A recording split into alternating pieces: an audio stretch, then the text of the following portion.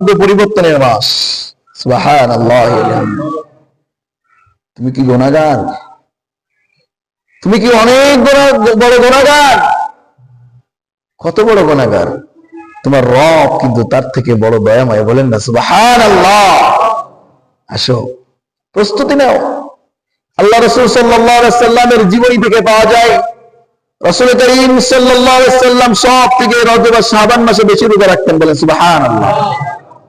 কারণ রমজানের প্রস্তুতি। আল্লাহু আকবার। কিসের প্রস্তুতি? রমজানের প্রস্তুতি। কারণ দেখবেন 11 মাস রোজা রাখা অভ্যাস নাই, হঠাৎ রমজান মাসের আগমন ঘটলে শুরুর দিকে অনেকটা বেশি কষ্ট হয়, ঠিক কিনা বলেন?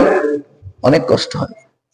এই জন্য রাসূল সাল্লাল্লাহু আলাইহি সাল্লাম যেন রমজানে আমার থেকে কোনো কষ্টের ভাব বা রমজানের প্রতি, রোজার প্রতি যে আমার একটা ক্লেশ, আমার একটা দুর্বলতা, এটা যেন প্রকাশ না পায়, এজন্য আগের 2 মাসে একটু বেশি বেশি রোজা রেখে অভ্যস্ত হইতেন, যাতে রমজান মাসে কোনো ত্রুটি না থাকে। বলে আল্লাহু আকবার।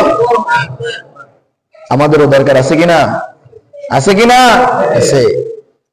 তাহলে আমরাও চেষ্টা করব এই রজব মাস এবং শাবান মাসে দু একটা করে রোজা রাখার জন্য, সোমবার বৃহস্পতিবার রোজা রাখার জন্য।